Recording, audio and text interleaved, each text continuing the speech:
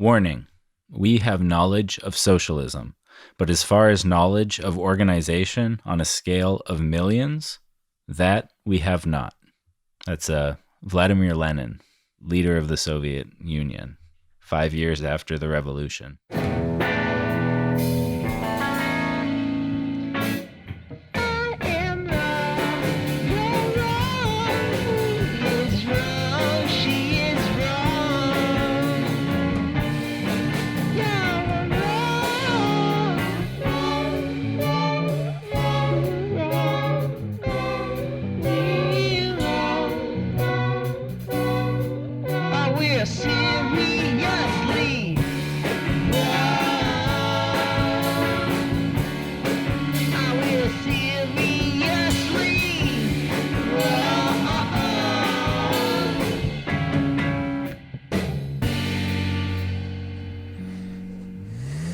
Yeah, and it was a war of all against all, as usual. It's the worst. Welcome, everyone, to the Seriously Wrong podcast. My name is Aaron. And my name's Sean. The Seriously Wrong podcast is actually the only podcast on the entire internet that will...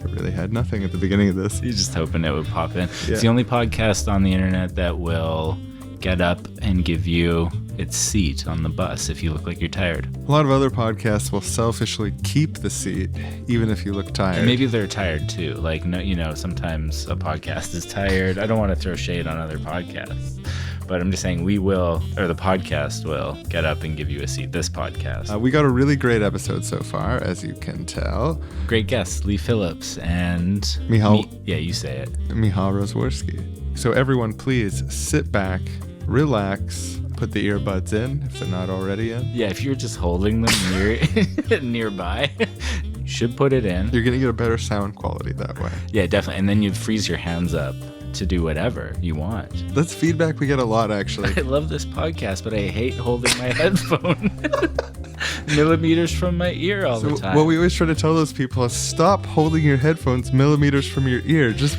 the earbuds are made to go in. Free up your hands. Yeah, and it just feels so good to let people know that because it makes their lives better and it makes our lives better. And we hope that you use your hands wisely. One thing you could do with your hands is open up a browser window, go to our Twitter. It's a great Twitter. Yeah, Seriously Wrong, SRSLY. It's on Twitter, it's on Facebook, and we actually have a 4-year-old Instagram with some some posts from 2015 on there. And we have 92 followers. 92 followers. So check that out. We want to get that number up. We want to double that. We want to be up to 184. 184 followers, you're going to unlock the 7th Instagram post.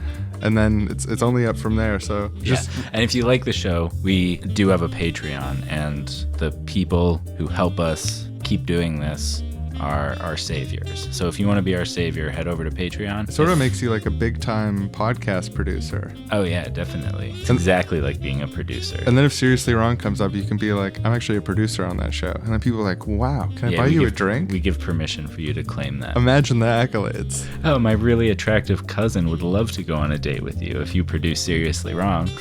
Let me set it up. Blind date. I want to have a producer to Seriously Wrong in my family. Yeah, would you marry me? Great episode coming up. Great guests. Great book. Great. Sit back, put on your goggles, and enjoy. Why do you want to shop at Walmart now for October's hottest items? Because you need to find happiness in every aisle. It's rollback time at Walmart, and everyone's pitching in, even me. Just by making sure our trailers are packed fuller, we save millions of dollars on fuel costs. And when costs go down, prices go down. It's a beautiful thing. Save money, live better. Walmart. Today we've got two very special guests in the studio, Leigh Phillips and Michal Rozworski. Correct. Oh, thumbs up. The two of them have written a really awesome book called The People's Republic of Walmart. What inspired this book, The People's Republic of Walmart? The title is Leeds, but basically getting together in a bar at one point and realizing that we both wanted to write the same book and figured rather than trying to out-compete each other like good capitalists, we'd be the good socialists we are and actually work together and write it. I do recall leaving the bar a few beers in, walking away and sort of think to myself, Oh, I guess I've just agreed to write a book. And, as all sort of like bar talk, oh, we're going to do this and that, and, the plans that come together with the lubrication of alcohol, except that this plan actually came to fruition. The original plan was to take over Walmart for the global proletariat, and then it got whittled down to a book. Happens to the best plans. Yeah, exactly. So it's just because you guys love Walmart so much, and as leftists, huge fans. Quite the contrary, in fact. At the outset of the book, we try to sort of clear our throats a little bit and make sure that everybody doesn't think that this book is some sort of massive celebration of Walmart. The way that we put it is more like the way that Sherlock Holmes has enormous admiration for Moriarty, his great enemy.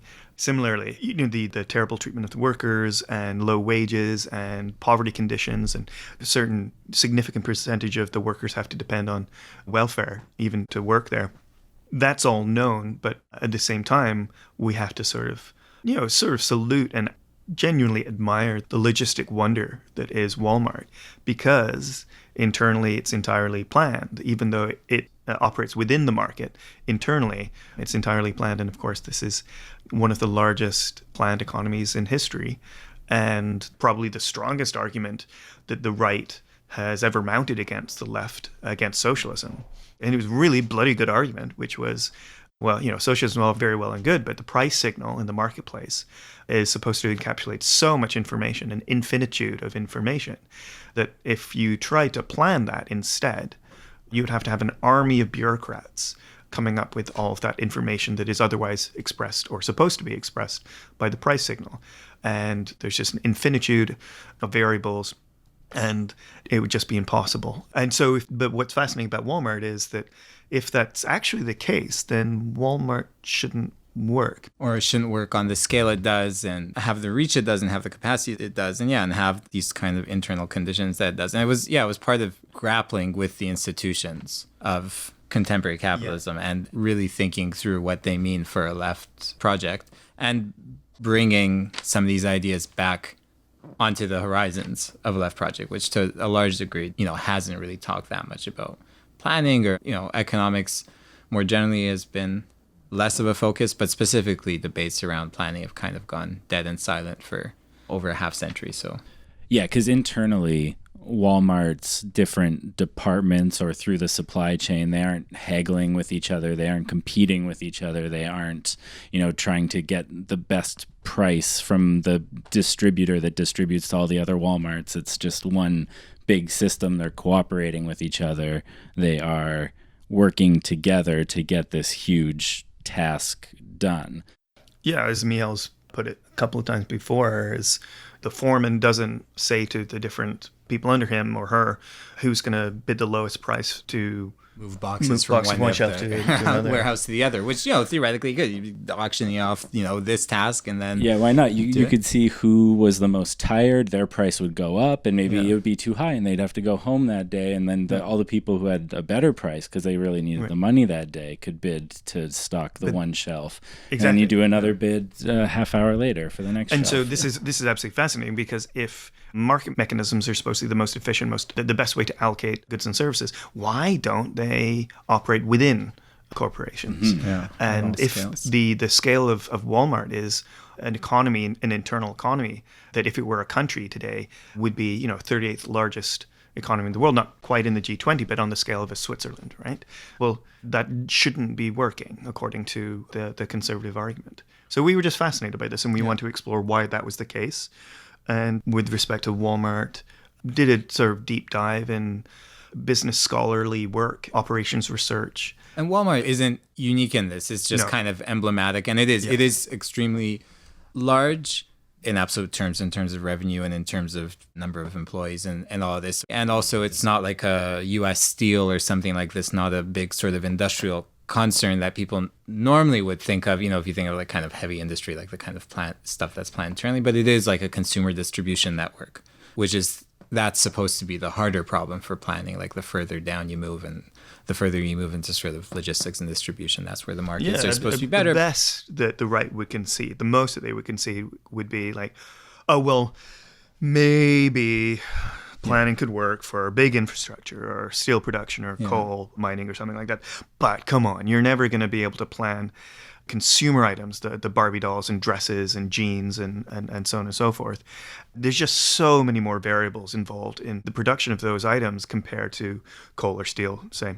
So that was the other thing, is we wanted to take the hardest example. So we have real consumer-facing corporations like Walmart and Amazon to say, okay, we'll take your most difficult challenge to the left and still see that planning is possible there. And we needed some case studies. The point of the book wasn't to be like a theoretical magnum opus or whatever. It was supposed to make the topic relatable and think about it in practice. Think about the Walmart, think about the NHS, think about Allende's Chile or something. Give some good, cogent kind of examples rather than kind of boring people to death. Although there are sections on the economic calculation problem, which... Oh, do I? What are you talking about? I really enjoyed that stuff. I'm a person who's found myself arguing online about the economic calculation problem. And so going into the minutia there and really taking the argument seriously and responding to a lot of the potential arguments against what you were saying, so that I know, next time I'm in an argument about the economic calculation problem, I can go searching through that book looking for those words to paste and be like, see, this thing, simplex algorithms are a thing. I don't know what they are, but they'll help with this. I know it. I suppose we should probably mention Frederick Jameson, the literary theorist and political theorist. A number of years ago, he wrote an essay on Walmart as utopia, and it was sort of you could be viewed as a sort of contrarian, tongue-in-cheek sort of poke at the left, suggesting that Walmart is already the utopia that we're looking for because of its logistical wonder, and sort of hinting at the debates around the socialist calculation debate. And what we did was we wanted to take his argument very seriously. It's not a throwaway line, not a contrarianism, and we wanted to say, okay, no, let's take this seriously. What is utopian about Walmart? What is it in there where we can tease out the socialism emerging at the horizon? The same contradictions that, the left over time has seen in capitalism, that same kind of dialectical, whatever you want to call it, relationship. You have that line from Marx, the factory is where people learn cooperation or what have you, right? The factory or large-scale production, for example, is horrific and terrible, and yet at the same time kind of makes real social production in a way that it hadn't been before, and makes people aware that they're kind of dependent on each other in a way that was harder to conceptualize before, when everyone was, tilling their own field and just giving tithes to the priest and the Lord or whatever. I guess the other thing, just straight up, is that Walmart is the largest corporation in the world. And we also look at Amazon, and we wanted to use some of the very best examples of capitalism in a sort of political jiu-jitsu. What we conclude is that planning's already here in a huge way. It already exists and it works. It's just very hierarchical. And now it's time for a wholesome family teaching moment.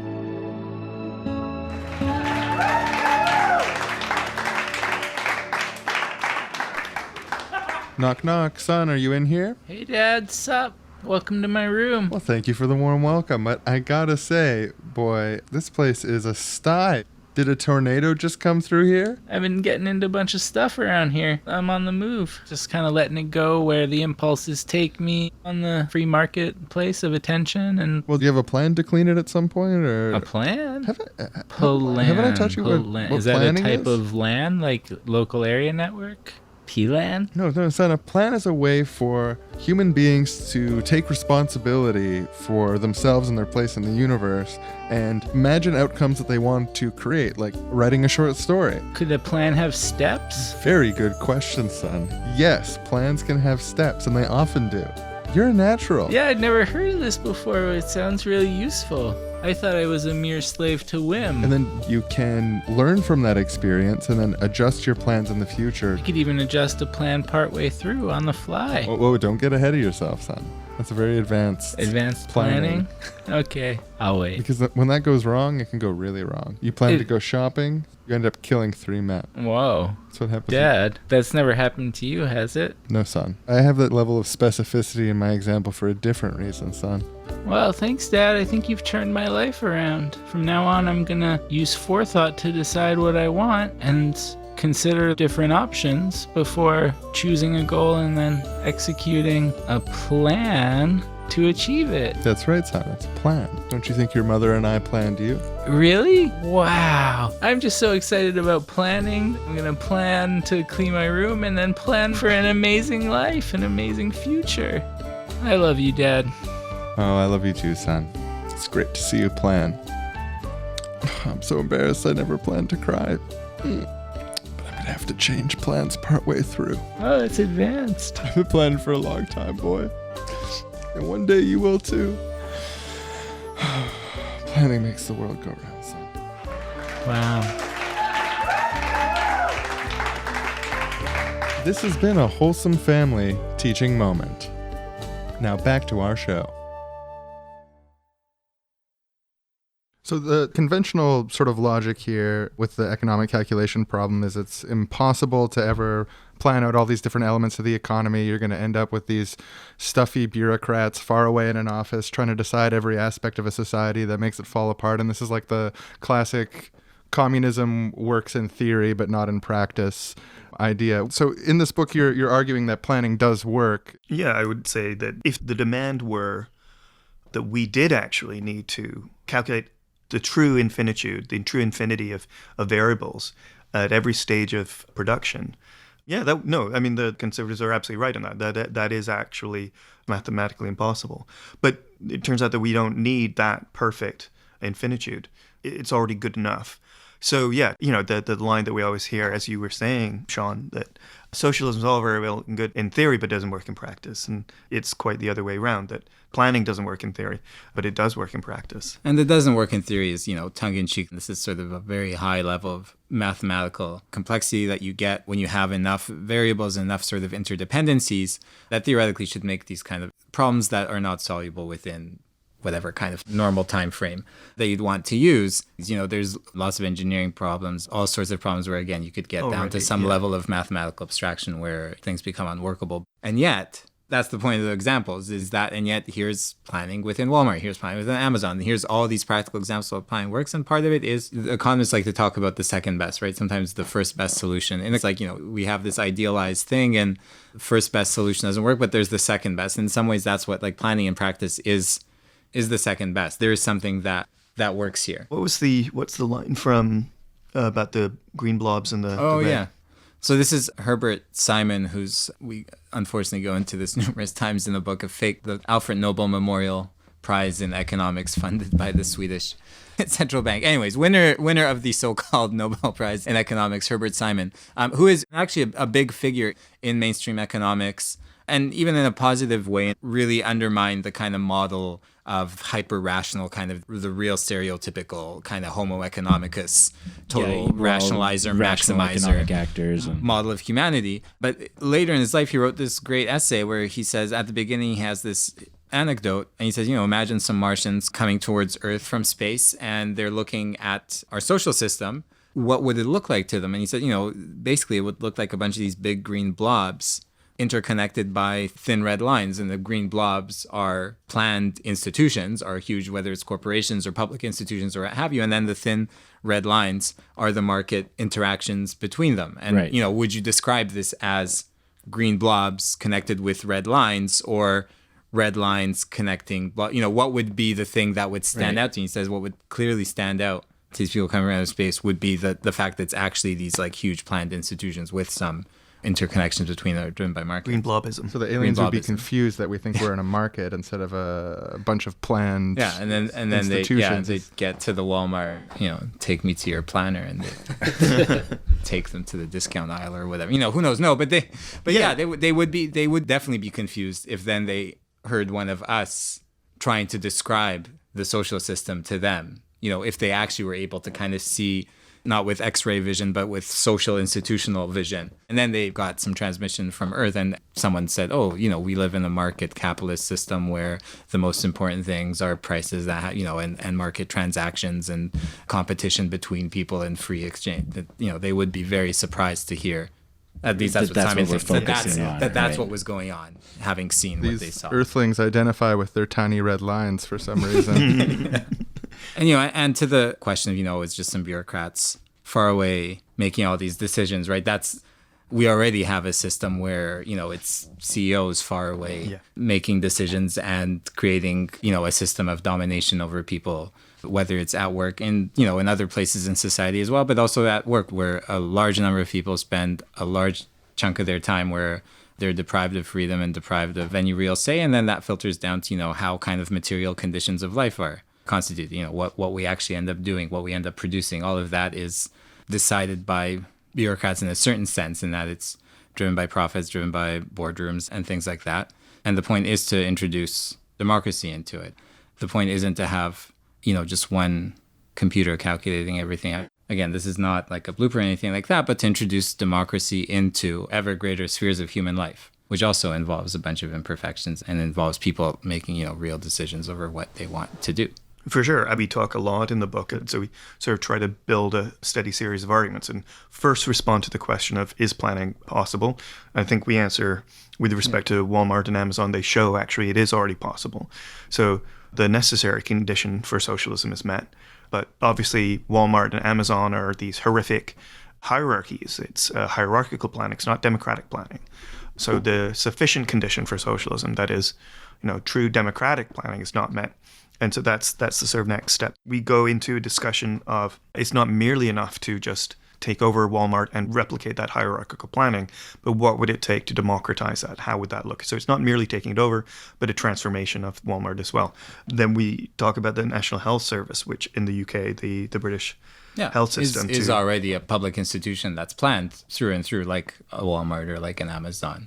But again, insufficiently democratic, insufficiently participatory, and then oddly enough gets a dose of marketization thrown into it by Margaret Thatcher and later really instituted by Tony Blair and New Labour, where, democracy and participation and sort of freedom is filtered through the market mechanism and it becomes a clusterfuck, right? Internally, much more so than before, and becomes a worse service. The bureaucracy actually becomes bigger in many ways. I can't remember exactly what it was, but when they instituted all these market mechanisms within the NHS, they had to hire like thousands of new managers to do it. And that, this was the great, market kind of participatory democratization of this institution.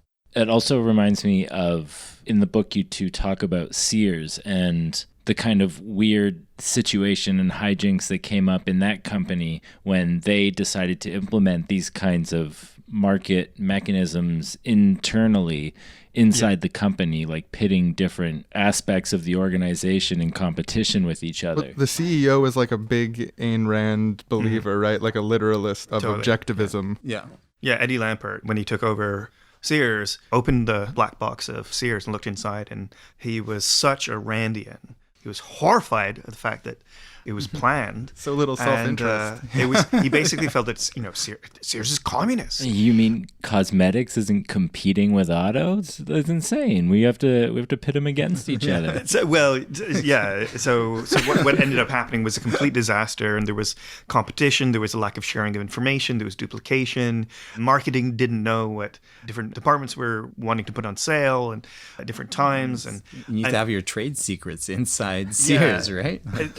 It was so ineffective, so inefficient that it ultimately did result in what we see at the moment with Sears, which is the company going under. Basically. Yeah, and again, fucking over its workers, right? And again, showing that second face where you introduce under the pretense of creating this kind of capitalist utopia, even within the corporation, and it falls apart. And of course, the people who are left on the hook is the pensioners, the workers are the first ones to sort of bear the brunt and are the last ones in line in the bankruptcy proceedings, and Eddie Lampert's fine. But what's absolutely fascinating about these examples, with the exception of Sears, is these enormous multinational corporations. They are planning on these vast scales, and they're all like that. You mentioned central banks as well, or like all banks, investment banks as also being elements of planning, like people making top-down decisions about the economy as a whole for a nation in a central bank's case, or about which ventures to fund, like what we should do.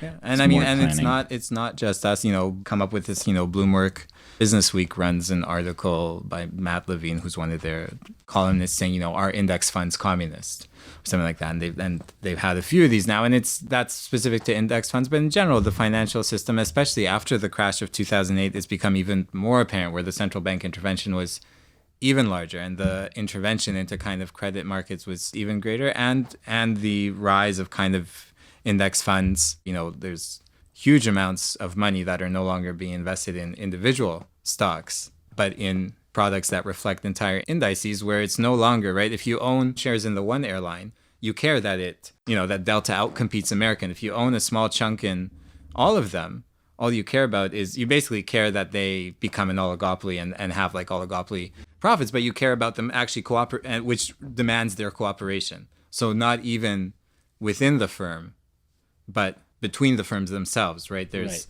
still within the interests of people who own index funds that include various different companies, like shareholders or whatever. They have an interest in all those companies at the same time, all doing well. Yeah, exactly. Yeah. And that's very different than the interests of people who are investing in one specific one in order to go, It puts the lie to the classical narrative that companies are competing against each other, that increasingly more and more what we see is that there is this sectoral cooperation. Hence the title, Are Index Funds Communists? I love the idea of like capitalist ideologues always like sort of looking over their shoulder for the creeping communism in their, they're like, oh my God, that's communist too. Like, holy shit, we made communism. Like abort. No, back to stocks. Fuck this. It's just the natural progress of history. That's what happens. Gonna end up at communism. Sort of, yeah. Today's episode of Seriously Wrong is proudly brought to you by The Profit Motive. The thing I love about the profit motive is that it just mechanistically, sort of unthinkingly, causes people to seek out whatever's going to make the most money, and how that also always lines up with the good, morally. The profit motive is so powerful that if people found some sort of way to make money doing something unethical, no, the whole system would fall apart. Wouldn't happen. It would be impossible. It wouldn't be profitable. No, it's profitable to do the right thing. And in contrast to that, in contrast to perfect, ethical, pristine, mechanistically ethical markets, you have human planning, which controlled by fallen people incapable of ethical they're thought. Not even, if they're not seeking profit, how are they going to know what's good? And they're always going to inherently have sort of that self-interested human planning effect where they try to get as much as they can for themselves. Or even if they try to do what's good, they'll be too buffoonish and fallen. We use the word fallen, to follow through on their noble desires, and then those noble desires sort of degenerate into rabid shooting and knifing campaigns. The mere fact that you made a plan, that causes knifings. The profit motive. You can't get knifed for profit.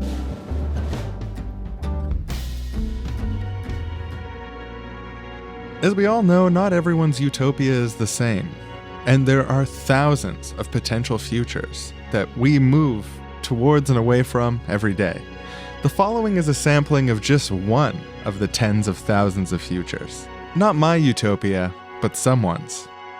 We now go to a fully transactional, luxury price signal capitalist utopia. Wow, the corn nuts are expensive. Well, it's because right now the demand for corn nuts is so high. Yeah, it's after lunch. Everyone wants corn nuts. Prices adjust over the course of the day, naturally. Of course, supply meets demand in perfect equilibrium at each moment. And actually, look, this is sort of interesting over here. The price of bananas is super volatile today. Just shooting up and down. Every second. So you want to get it moving through the register at the exact moment it's cheapest, obviously, but there's no promise of that. It's a great thing we've achieved in society. Yeah, I love this world. Man, my basket is full. Would you mind carrying a few extra items in your basket? It seems like you're only getting a few things. Oh, sure. Yeah, I'm down to open up negotiations on this. Excellent. How much are you willing to pay for me to use my labor power to carry that over to the register? To rent, let's say, a quarter of your basket and a quarter of the strength of your arm. 75 cents? Oh, we're gonna head right to the register, right? Yeah, I was thinking something more like 275 territory. Ooh. And that's and let me tell you the logic Twisting behind my that. arm here. Now you're saying you'll take up about a quarter of my basket, and I guess that's true in the amount of space. But with the weight of the stuff in my basket, your stuff is introducing a much larger ratio of weight. Yeah, that jar of peanut butter is gonna. It's a lot heavier weigh your than what I basket have. down. Yeah, I've just got some raisins. I've got a sports magazine. I mean, you can see what I have. No, I don't you're need to making a describe good it. point. How about 240? I can go with 240. Sure. Yeah, you're a friend. Great, thank you. If you can just transfer that over now on your before you do the Capital job? Advisor. Well, yeah, trust me, right? I'll put it in escrow.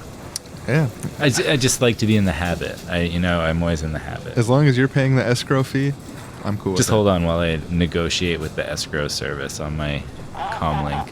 How about 8 cents? No, it'll just be for a few minutes.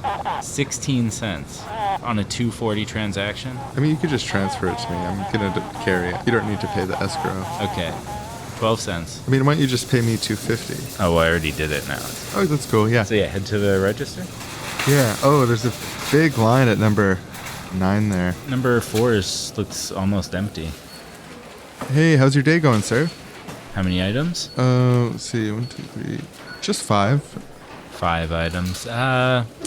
Just kind of taking it slow. I'm gonna say $3. $3. Jeez. I could probably get that for, 35 cents over on aisle 9. Yeah, Cindy does a flat 6 cents an item. So your 5 items, that's like 30 cents. Yeah. Oh, man. I'm trying to think if it's worth my time to pay the $3. I won't have to wait in that line. Yeah, let me just make a rational decision real quick by first considering all possible outcomes here. One sec. Stand here at the register and wait. I have decided that it would be worth it if, say, it was about $2.75. $2.79. You got a deal. Sounds good. All right, so I'll just check these 5 items out. Oh, I forgot to bring a reusable bag. You know what? I'm going to buy another new reusable bag. I always forget them at home, but I'm going to buy one. Okay, so 6 items. That changes the whole thing. Like, I don't include bags in my checkout line. Aisle 9 includes bags in the original quote. But we're free in this society, right? Yeah, I'm free to go there. That's a really convincing point. 10 minutes later. Where'd you park the pod? Oh, I know it's around here somewhere. I should have paid for a ticket that told me the parking spot. You were free to. Yeah, 100% freedom. There's nothing like it. Yeah, I mean, what would you do? Have some sort of smoke-filled boardroom far away where a bunch of white men in business suits plan all of the prices in the morning? Yeah, just not even on the grocery store floor, not taking into account the on-the-ground realities of the moment. Just plan it out for the whole day, and they're just supposed to make that decision, and it never changes. This is my impression of that. Fellas, I came up with a price for Cheerios. $3.64. Oh, you expect that to hold all day? $3.64 And all for day. supply to meet demand? That's wild. God, Humorous. that society would be idiotic. It would fall apart. The people would start stabbing. Feels good to live in the perfect future. Really does. And this has been a seriously wrong, possible future utopian heritage moment from one of the tens of thousands of possible futures. Likeliness unstated. So, sort of the classic example against planning, especially in a socialist context, is the USSR is notorious for not implementing full communism. What? Did you take that from Wikipedia? So why, if planning works and is good, what was wrong with their planning? Like, what's the issue there? Have we got this misconception? Right. So things. again, the argument from the conservative side within the economic calculation debate, the argument that they make around the Soviet Union is that precisely because of the impossibility of planning to have perfect knowledge of all the variables within the supply chain, the deterioration of information will inevitably result in chaos. That chaos can only be resolved in an authoritarian way. In other words, planning is what caused the authoritarianism of Stalinism. We would turn it around the other way, that it was the authoritarianism of Stalin that undermined the quality of the information in the system. That is to say, if you're tasked with a particular job that you have to produce, 100 widgets by the end of April and you don't meet your target, you're scared of being killed, being shot, being accused of being what in the Soviet Union was described as a wrecker. This was a crime within the Soviet Union to be a wrecker. You would report that you had met your target or that you had exceeded your target. So it was actually the authoritarianism. It was the fear of death in many respects, or imprisonment, or that resulted in the undermining of the information in the system, which means an undermining of the quality of the planning. So it's sort of the other way around. It's not that planning creates authoritarianism. Authoritarianism undermines planning. Just that extra level of authoritarianism over the kind of domination that you have in capitalism, where you'll lose your job but maybe not be imprisoned or not your life or what have you, where capitalism also uses threats very effectively. I mean, the other thing is, we talk about technology a fair bit, and the in terms of information technology that we have even just today, which we're still in our infancy, but part of the debate, for example, around the socialist calculation debate in the 30s and 40s, even before Turing had invented kind of like modern computers, let's say, it was hard to even imagine that some of these, even the simpler kind of level of problems would be solved because of the lack of technology. And the Soviet Union definitely also lacked that. And then the social conditions created a whole host of really nutty social and economic incentives and catastrophes. This is, I think, the computerization is a really crucial aspect of this, that, historically the left absolutely recognized that for all of the horrors of capitalism, one did have to pass through capitalism in order to develop the force of production, basically the science and the technology and so on and so forth. To achieve socialism, you had to sort of pass through that first. And I think we should probably update that argument to say that, yeah, we probably did need a certain level of computerization before we could achieve the scale of planning that we're talking about now with respect to consumer items from the Walmarts and Amazons of the world. That, even to give the Soviet Union its due, in a sort of rough way, it did lift this feudal economy into sort of modernity through a very rough, brutal, planned modernization process that did work in those sort of more, as we were talking about earlier, the sort of the heavy industry, and failed utterly in the other side of things. And so we probably did need some level of computerization to be able to track. Yeah, because there are a great many more variables when we're talking about consumer items compared to industrial products. But yeah, even when we're talking about how it didn't work, like I like that point. It's a good point that it went from being this country that was relatively behind a lot of the other European nations in developing industry to now Russia being one of the three biggest superpowers in the world.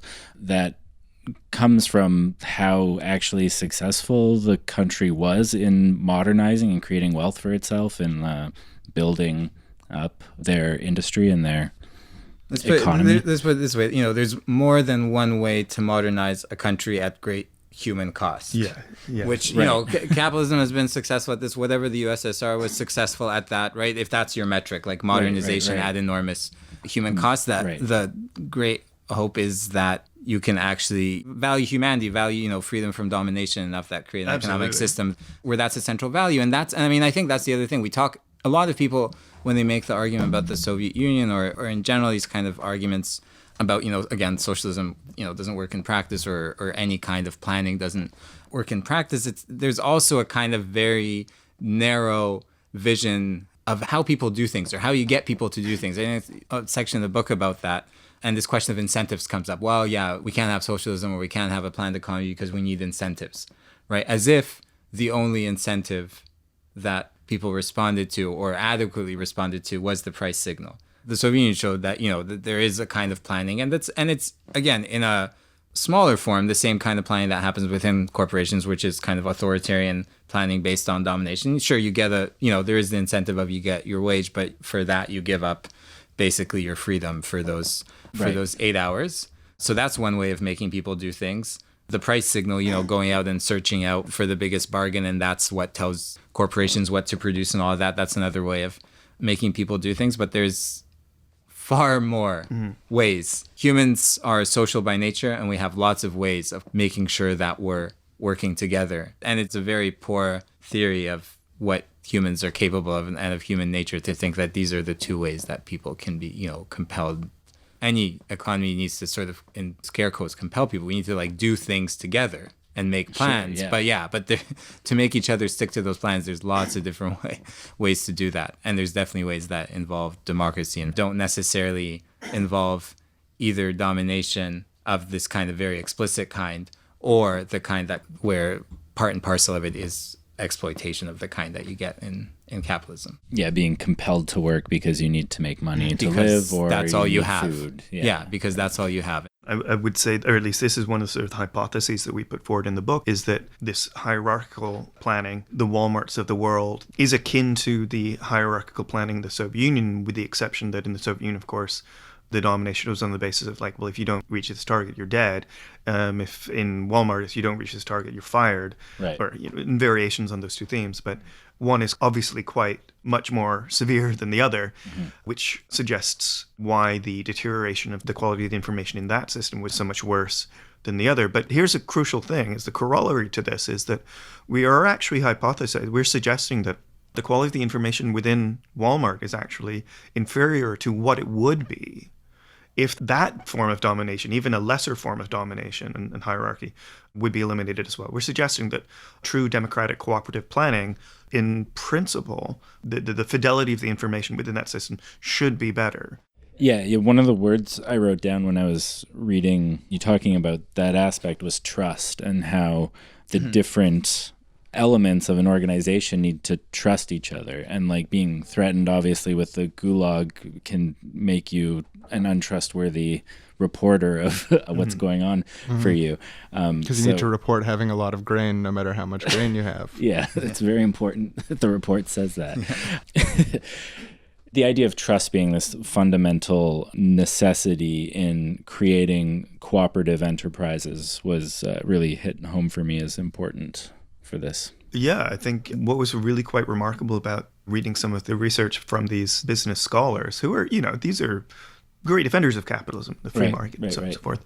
What is striking, not just one or two, but across the board, how many of them described that one of the crucial elements that made the Walmart success was that the scale of trust, of sharing of information between Walmart and its suppliers and vice versa, to trust them with information from a millisecond to millisecond basis of what's being sold with their suppliers, and going even back for even deeper in the supply chain.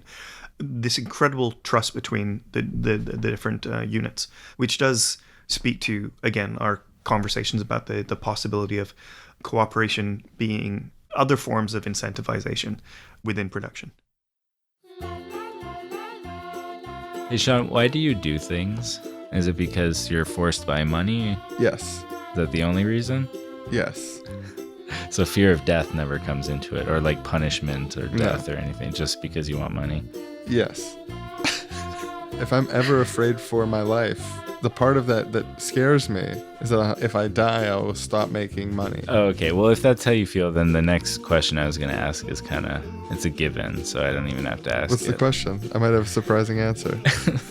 Well, I don't know how this could be any other answer, but no, based on what you've said so far. But the question was, when you were a kid, did you ever see somebody doing something they loved and you felt that you wanted to do that thing, and that feeling in you that you wanted to do that thing acted as an incentive in and of itself to do that thing, regardless of money or fear of punishment? Yes, absolutely. I had that experience. Oh, really? That is a surprising answer based on what you said before. I told you. Well, yeah, I thought most people have had that experience, but... I did, yeah. It was, strangely enough, it was a fiddler. Really? You wanted to be a fiddler? Mm-hmm. Do you still want to be a fiddler? Deep down, yes. Well, it's too bad we don't live in a society where you could just drop everything and pursue that. Mr. Rogers taught me that children catch an attitude of excitement to want to do things from seeing people do things that they love. I'd like to be like that, or I'd like to do that. I remember Yo-Yo Ma being on our program, and there have been families who have written to us to say that their kids want to learn the cello. Right, because they saw Yo-Yo Ma on the program? Because they saw him love his work on the program. I remember in the nursery school where I worked as I was doing my master's work in child development. There was a man who would come every week to sculpt in front of the kids. The director said, I don't want you to teach sculpting.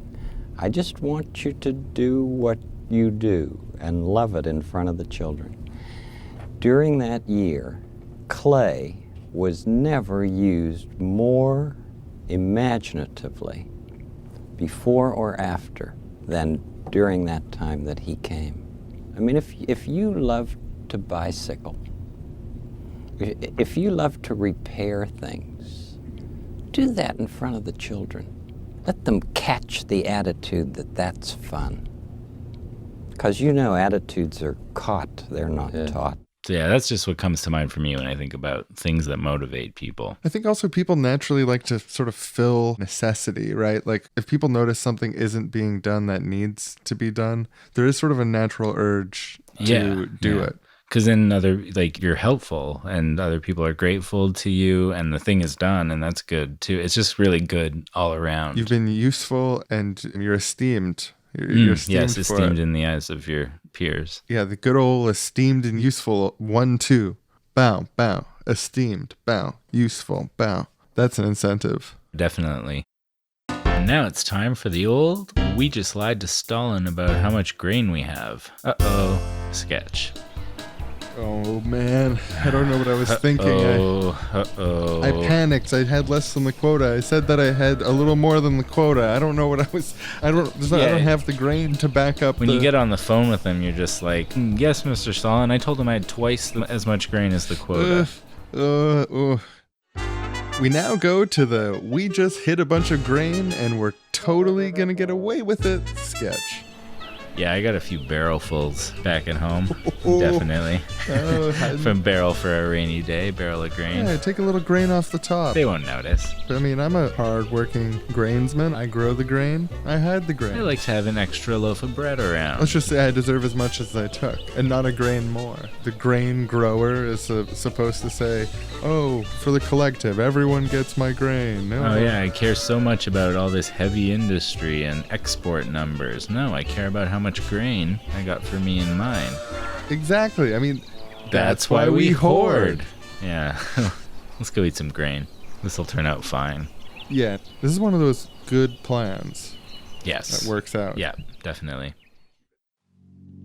And now we go to the perfect post-revolutionary, post-scarcity, communist utopia future where grain is no longer an issue for anyone sketch.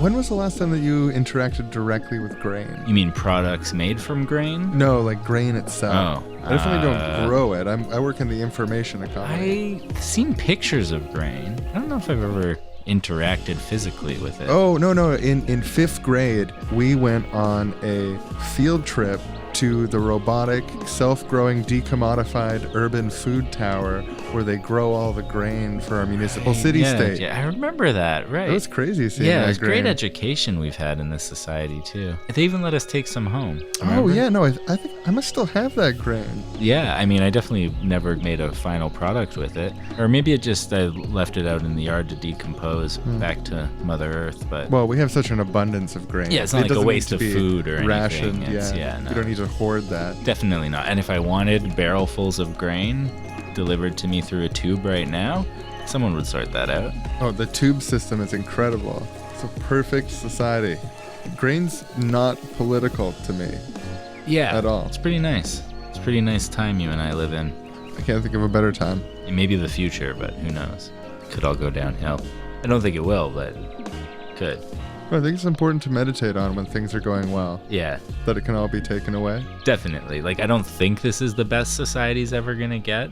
It's the best that it has ever gotten in the past, but I think it'll keep getting better. But if it doesn't, if this moment right now is the peak, and from now on it gets worse, devolves back into grain shortages, at least I saw the peak and I'll know what to aim for on the way back up.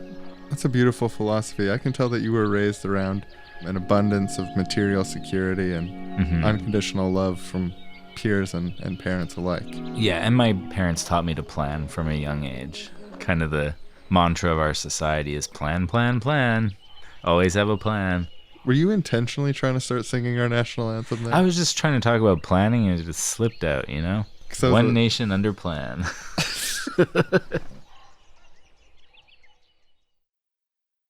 So on planet Earth, we're faced with an existential crisis, catastrophic climate change, burning alive in our homes and being tortured by scarcity, having to live in... We're not going to be burned alive in our homes. But... We're going to have to live in climate-controlled pods by 2080 unless we change our course. How does this How do we relate? plan our way out of it? Yeah, how does this relate to the biggest crisis of our times? So the fundamental cause of environmental issues or disruption of ecosystem services upon which we humans depend, so long as a product is profitable, sufficiently profitable, no matter how harmful it is, it's still going to be produced, no matter what, in the absence of some non-market intervention to prevent it from being produced. In the case of climate change, we would be talking about fossil fuels there. That regardless of how everybody knows how harmful fossil fuels are, existentially, as you put it, we're still producing them because they're just too profitable. Historically, with respect to the ozone layer, depletion of the ozone layer, we would say that chlorofluorocarbon, CFCs, were incredibly harmful. In fact, way more harmful than greenhouse gases in terms of the speed of change, that it would have been by mid-century that the ozone layer, which is not merely beneficial to humans, but sort of protects all terrestrial life, would have been depleted to such an extent that, it really threatened, as I say, all terrestrial life. And the way that we prevented that from happening was not leaving the market to its own devices, because if we'd left the market to its own devices, CFCs in fridges and hairspray would still be produced. It required planning, regulation, and non-market intervention to prevent that technology from continuing to be used. The corollary to that, of course, is no matter how beneficial something is, if it isn't profitable or even sufficiently profitable, markets will not produce those items. So again, in terms of climate change, we might be talking about something like rural fast charging stations for electric vehicles. In North America, medium speed trains. Or even fast trains. That'd be high, aspirational. I mean, they will build out high-speed trains between those links that they project will be profitable, but will not be built between those regions that are Missoula and Little Rock or whatever, right? And we see this already, even outside of environmental issues, but with respect to high-speed internet access. If you live in the major metropoles, you can access high-speed internet fairly straightforwardly. But if you live in rural areas, it's almost impossible because telecommunications companies were privatized in the 80s or 90s. So, for example, Nunavut, the territory of Nunavut has a population of 30,000 people. The entirety of the territory has the bandwidth there that the average Canadian household in southern Canada has. And the only way that would change would be through public provision of that service. So coming back to the argument about why markets are the cause of all environmental disruption, if something is dangerous or harmful but profitable, it will continue to be produced. If something is beneficial but not profitable, it won't be produced. So all of the different environmental challenges that we face come down to a problem of markets. And then there's a sort of secondary aspect to this in terms of climate change. Some of the challenges that we face are cross-border. So, for example, integration of variable renewable energy projects.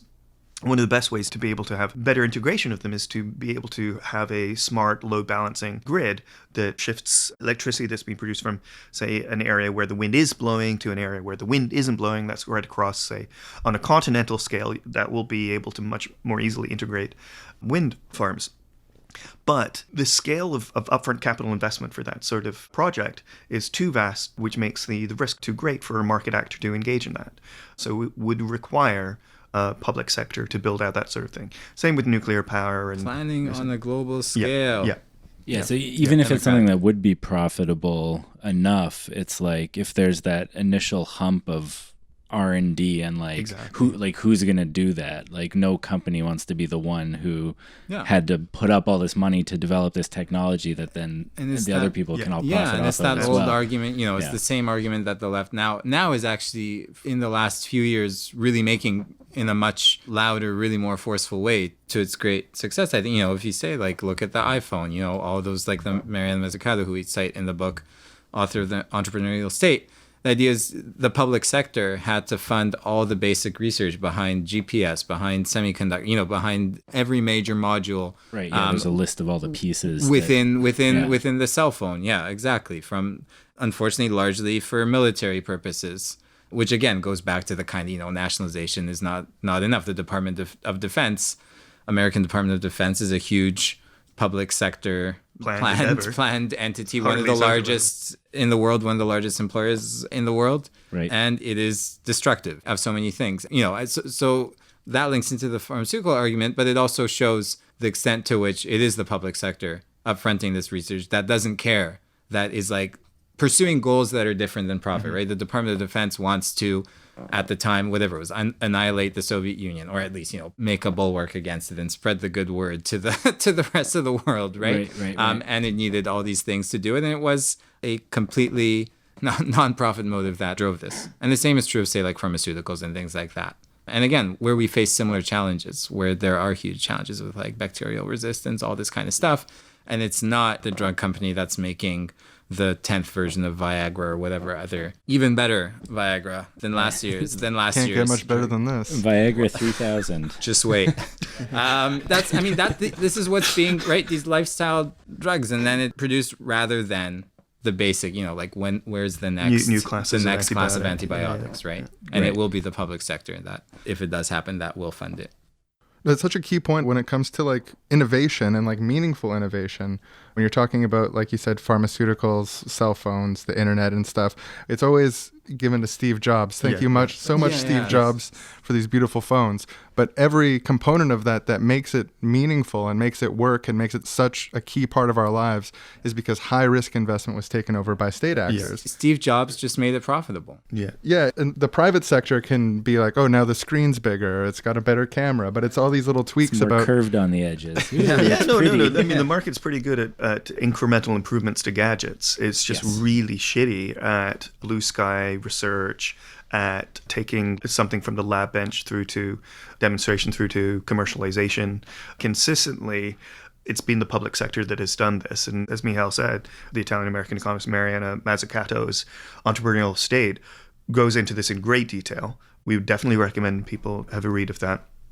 After the People's Republic of Walmart. Of course. Ideally in at least 2 copies. it makes a great gift. The antibiotic resistance is another incredible challenge. And I have to say, I sometimes get quite frustrated as a science writer and a progressive that the scale of the threat from antimicrobial resistance isn't as forefront in the imaginary of the left as climate change is, when it is, if anything, an even more immediate existential threat to us. All of modern medicine, from surgery through to just catheters or whatever happens to be, needles, everything depends upon a background of antimicrobial protection. When that's gone, and it could be anywhere from the next 5 to 25 years, where the last line of defense in terms of antibiotics are no longer usable, that's gone.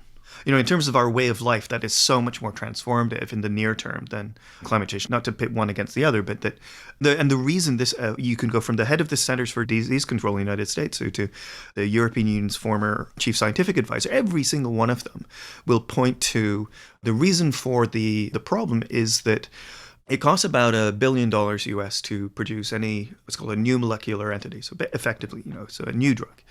If you're going to spend $1 billion on that, are you going to spend that money on a drug that, like antibiotics, somebody takes for 2 or 3 weeks and then that's it? And then if it works, you don't need to take it again. Or in the case of the extreme outlier of this would be something like tuberculosis, where you take those drugs for 6, 7, 8 months. But even then, if you're successful, you don't have to take those drugs again. Or if you want to make money, do you want somebody to be having to take it from a chronic disease where they have to take that drug every day for the rest of their life? That's much more profitable.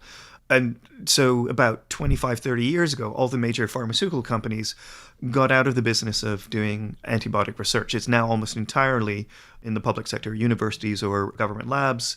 There are some small startups that do this, but their aim also is basically they don't have the money to do the billions that it takes to go through to multiple clinical trials. I think what we're trying to say is basically it's plan or die in multiple ways. The dying. Yeah. Just that's what he's been, not. Well, yeah, with the antibiotic resistance, it's the phrase I've heard is like a new medical dark age where we're no longer able to do basic surgery and stuff like that. Yeah.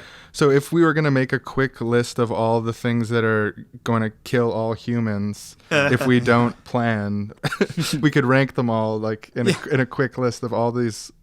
all would be pretty bad. I think it's important not to be apocalyptic about these sorts of things. That's why doom-mongering. I joke. But, the flip side of that is we have, like the ozone thing, which is one example, but when faced with these kinds of challenges, we've planned our way out of them. In the same way, ideally, we will plan our way out of, say, antimicro resistance, but it will be the public sector that does it. We'll be all of us together collectively, and if the political economy continues as it does, the billionaires will again be off the hook, and we'll all be kind of, chipping in a bit and saying, okay, less childcare just so we can live or whatever, right? Whatever the austerity framework has been for the last 30 years. And the point of the book is to say, like, we need planning, especially facing these. I mean, that's what we get to kind of at the end, is that facing these kinds of existential challenges, humans are ingenious, creative, fabulous things, unfortunately very prone to making crappy social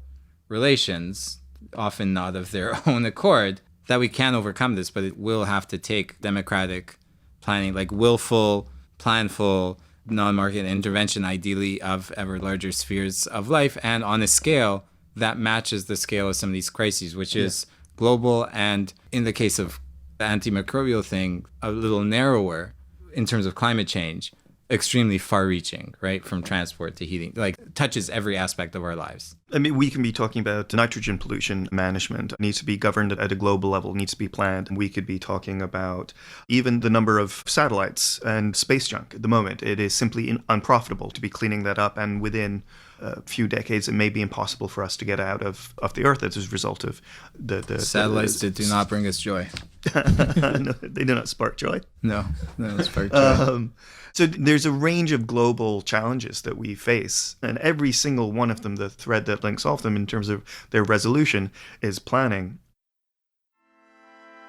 Today's episode of Seriously Wrong is proudly brought to you by one of the 10,000 futures where we've solved the climate crisis perfectly. In fact, better than perfectly. We've made the climate absolutely perfect. Every day is beautiful.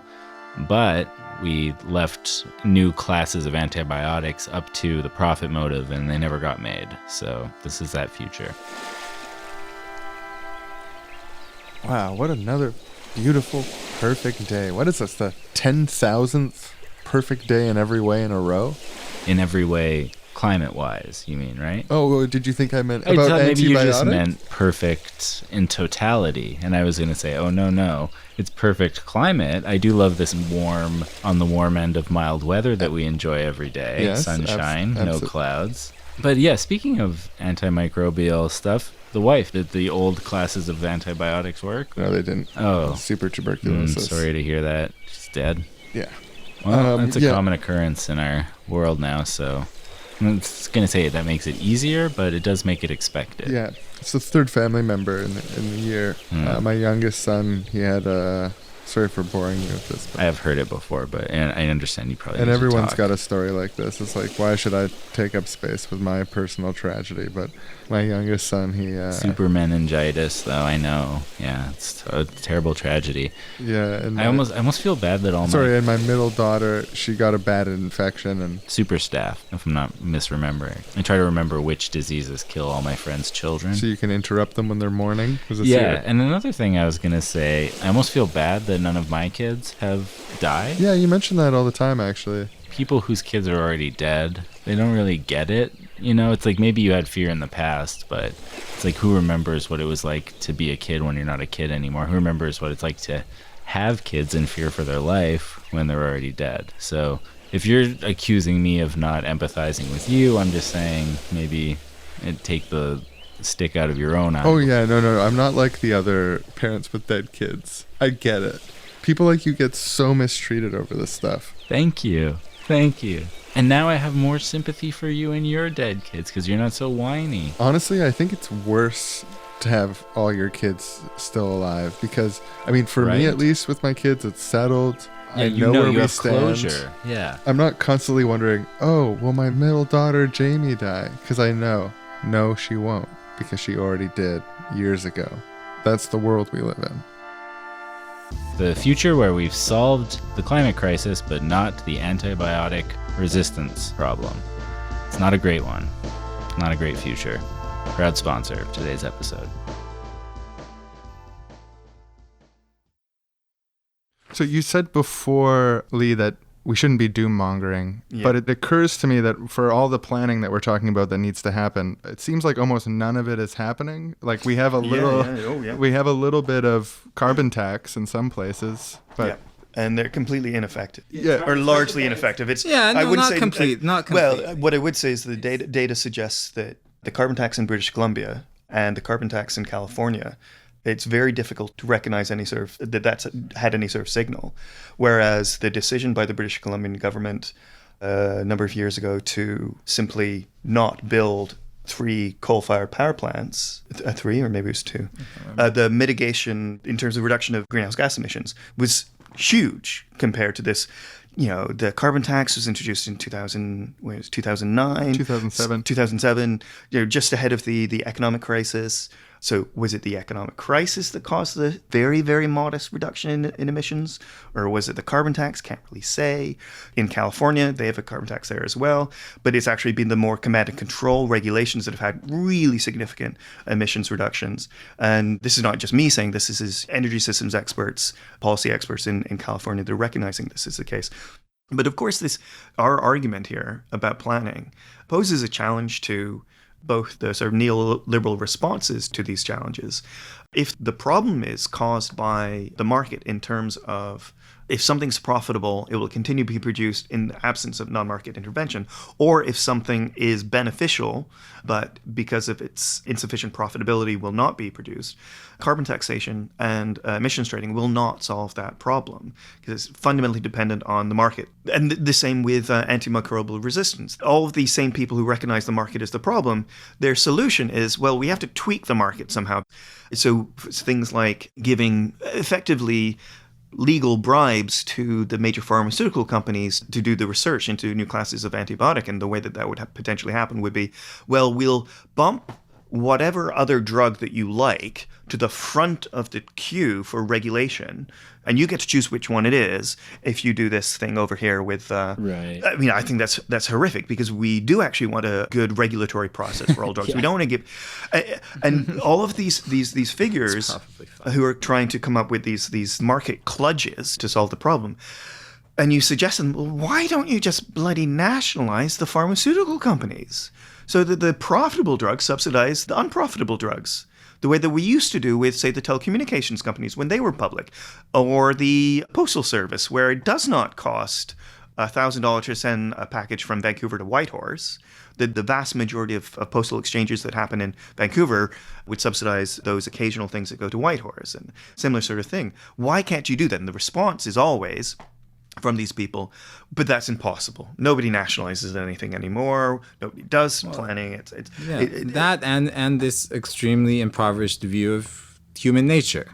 Well, we need prices, right? We need these incentives, otherwise things will go haywire. Whereas, again, right across the economy, there's so much that happens without these incentives. And again, it's just a poor theory of how humans work. Like, we can't trust people to make decisions in a transparent way, in a deliberative way, in some way that actually gives them some autonomy. We're going to do them through this social system that's based off of this very, very narrow ends that end up just being like, oh, some people get to have lots of money claims on resources. It's like, no, we need to run the world just like Sears was being run right before Sears went bankrupt and doesn't exist anymore. That's the most important thing. But from lefties, it's unsurprising that we would have criticisms of market solutions to climate change or antimicrobial resistance or whatever existential challenge you want to be talking about. But we should be clear that this also represents a challenge to some sections of the Green left that view the fundamental cause of environmental problems as one of growth. That if they're focusing on growth rather than market mechanisms, then they're letting the real villain off the hook. The sort of retreat from scale, the decentralization, the smallest beautiful approach. that if they're not fundamentally focused on the market as the cause of the problem, then we aren't going to be able to solve this enormous challenge. But it's like, it's hard not to be a doomsayer sometimes when, like, we know that we could do these things. We could plan to stop using carbon the quickest way possible, get people who understand these things on it, put their R&D into the right sectors of the economy to develop alternative ways of doing these things that are currently releasing too much carbon, or to invest in new antibiotics that will keep working. But like, those things aren't happening.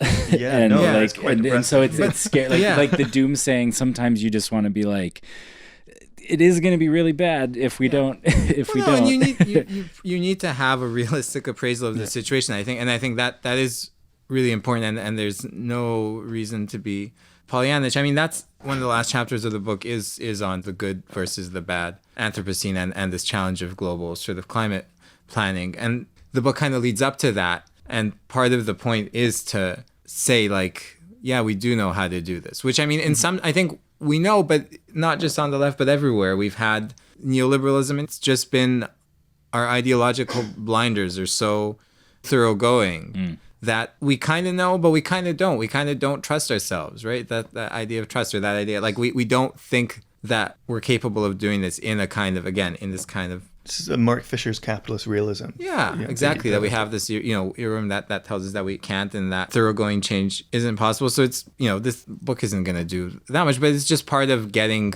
these kinds of ideas out there. For sure. And in a way that, with the examples of whatever, the Walmarts and the Amazons, it is that aspect of kind of the other coin of that realism where, it's already happening. We are capable of doing this, but in all the wrong kind of ways.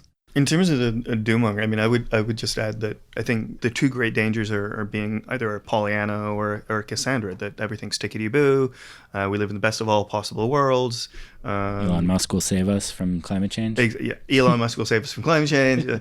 Or a sort of like, the end is nigh, humans are awful, stand out in the corner with a sandwich board saying the end is here. No, what we need is realistic, evidence-based urgency to deal with these problems, neither doom-mongering nor sort of cheerleading for the current state.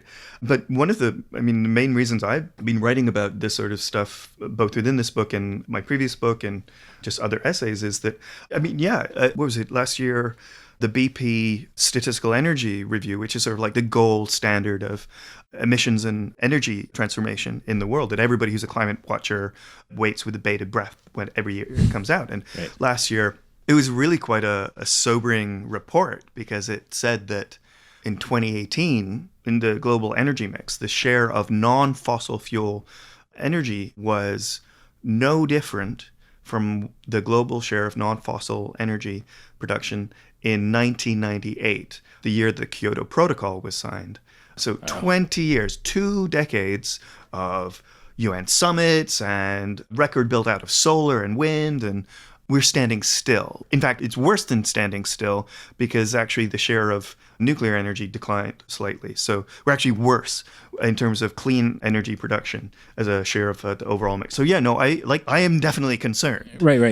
And it's precisely because, on the one hand, the two options before us have been market mechanisms, which clearly haven't worked, emissions trading, carbon taxation, or smallest beautiful, retreat back to the land sort of stuff from the green left. And meantime, the solution that will work, economic planning, regulation, public sector building out of infrastructure, shepherding of lab bench technology through to development and commercialization, those things that have proven to work in the past are not being talked about. So it's about reviving that conversation about planning as the crucial element to solving our climate crisis and the wider biocrisis.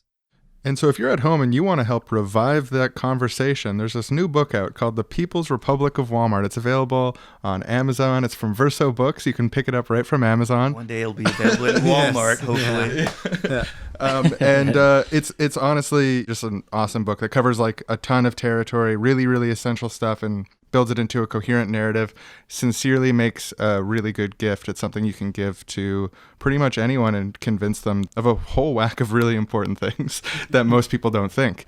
So I can't recommend it highly enough. Thanks for coming on the show. Thanks. I have nothing to add, really, after that. No, thanks for having me. It's lots of fun. Yeah, it was great. And we didn't even get to talk about all the great stuff that's in their book, like the socialist internet in Chile when Allende was in power for a couple of years. Grab it for yourself. Grab it as a gift. Yeah, it comes out March 5th, I think. It's honestly available for pre-order. So yeah, it's available for pre-order. Don't even let that hold you back. It was so good. And they kept saying great stuff after we turned off the mics. Like Leigh was telling us about how planning allowed us to solve acid rain and like 7% increased in forest cover over a certain amount of I can't remember what it was, but he also mentioned that you could have planes that are carbon negative because there's a way of producing fuel from a fuel carbon capture. I think it was a fuel where the reaction of the fuel used carbon or something. I don't know. Maybe that might be wrong. That's true. I don't know specifically what that is. How that worked, but it's a great interview. Great time. Yeah. So thanks for listening. And as usual, if you want to send us some feedback, you can do so on our website. You can follow us on social media, and you could donate to us monthly. It makes a big difference. Patreon.com is the platform where that happens. Seriously Wrong.